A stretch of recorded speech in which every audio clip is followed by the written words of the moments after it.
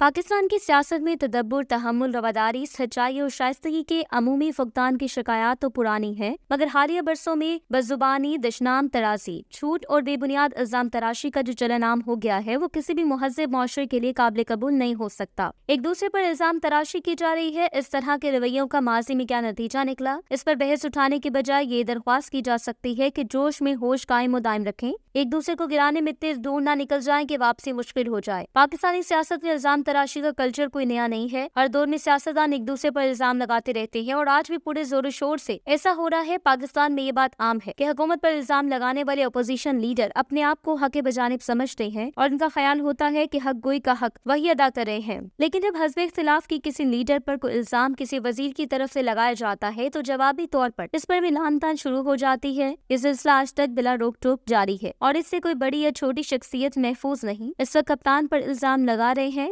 پاکستانی سیاست میں الزام تراشی کا عنصر کوئی نیا نہیں ہے، لیکن یہ نیا ہے یا پرانا، اسے بہرحال ختم ہونا چاہیے۔ اول تو اب ہمارے سیاستدانوں کو میچورٹی کے اس مقام پر کھڑا ہونا چاہیے جہاں الزامات کی نہیں کارناموں کی اہمیت ہوتی ہے۔ دوسرے کے عیوب تلاش کرنے یا گنواتے چلے جانے سے کچھ حاصل نہیں ہوتا، لیکن الزام تراشی یک طرفہ ٹریفک نہیں۔ یہ نہیں ہو سکتا کہ آپ کسی ایک فریق پر سیاسی اور غیر سیاسی الزام تراشی کرتے چلے جائیں اور دوسرا یہ سب کو سن کر خاموش رہے۔ سیاست میں کسی کے لب اتنے شیریں نہیں ہوتے کہ کوئی گالیاں سن کر بھی بد مزہ نہ ہو اور الزام تراشی کے جواب میں بھی مسکراتا رہے۔ شاعری میں ایسے شیریں لب پائے جاتے ہوں گے، سیاست میں ان کا وجود انکا ہے۔ یہاں تو Panama leaks, Swiss accounts, London کے فلیٹس، دبئی کے محل، سرے محل، ہیرو کے ہار، لکوڈ گیس کے کوٹے اور اس طرح کی دوسری کہانیاں متوازی چلتی ہیں۔ سیاست میں اگر آپ کسی مخالف پر درست الزام بھی لگاتے ہیں تو جواب میں الزام سننے کا حوصلہ رکھنا چاہیے، اور یہ ضروری نہیں کہ الزام کا جواب الزام درست بھی ہو۔ یہاں تیلی نے تیلی، تیرے سر پہ کولہو بھی چلتا ہے۔ ایسی صورت میں آپ یہ مطالبہ نہیں کر سکتے کہ کافیہ نہیں ملا، کافیہ ملے نہ ملے الزام تو لگے گا اور کولہو کا وزن بھی محسوس ہوگا۔ اس لیے ہمارے محترم سیاستدانوں کو کسی جگہ بیٹھ کر یہ طے کر لینا چاہیے کہ وہ الزام تراشی کے سیاسی کلچر کو خیر آباد کہہ دیں گے۔ اگر آپ یہ طے نہیں کرتے تو پھر یہ کلچر چلتا رہے گا، نتیجہ کچھ بھی ہو۔ پی ڈی ایم کی ٹولے نے بھی حکومت کر کے دیکھ لی تھی، مگر اقتدار سنبھال کر اور اتنا عرصہ ایک جمہوری لیڈر کو پارلیمنٹ سے باہر نکال کر بھی عوام کو الزام تراشی کی سیاست کے علاوہ کچھ نظر نہیں آ رہا ہے۔ تمام سیاسی جماعتوں کی کارکردگی سے عام شہری مایوسی کا شکار ہے۔ ہم عوام ہمیشہ ووٹ اس لیے دیتے ہیں کہ انہیں درپیش مسائل کا تدراک ہو، تعمیر و ترقی کے نئے دروازے کھلے، مگر یہاں تو سیاسی قائدین کے درمیان نہ ختم ہونے والی الزام تراشی کی سیاست جاری ہے۔ عوام کے مسائل دن بدن گمگیر ہوتے چلے جا رہے ہیں، مہنگائی آسمان کو چھو رہی ہے، غربت اور بے روزگاری میں 2 سالہ اقتدار میں ریکارڈ اضافہ ہو رہا ہے۔ ابھی تک سیاسی جماعتوں کی جو کمپین ہوئی ہے اس میں عوام کے مسائل کو ڈسکس نہیں کیا جا رہا، صرف اور صرف الزام تراشی کی سیاست کی جا رہی ہے۔ عوام کو الزام تراشی کی سیاست کا کیا فائدہ ہے؟ عوام کو کوئی فائدہ نہیں ہے، نہ ان کے مسائل کے بارے میں کوئی بولتا ہے، نہ ان کے مسائل کے بارے میں کوئی ٹھوس حل دیا جاتا ہے۔ صرف اور صرف کپتان نے دیے تھے اور کپتان کو اس کے سیاست سے باہر رکھا گیا ہے، اس میں کوئی دو رائے نہیں ہے۔ عوام کے مسائل کے تدارک کے ساتھ کرپٹ سیاسی قیادت کا احتسابی عمل بھی جاری رہنا چاہیے، تاہم یک طرفہ احتسابی عمل کے تصر نے عدم اعتماد کی خلیج وسیع کی ہے۔ کپتان پچھلے 22 سال تک بلا امتیاز احتساب کے نعرے پر جدوجہد کرتے رہے ہیں، لیکن پی ٹی ایم کی ٹولے نے قلیل عرصے میں ہی بلا امتیاز احتساب کے نعرے کو رون ڈالا ہے اور اپنے لیے سزائیں اور کیس معاف کروا لیے ہیں۔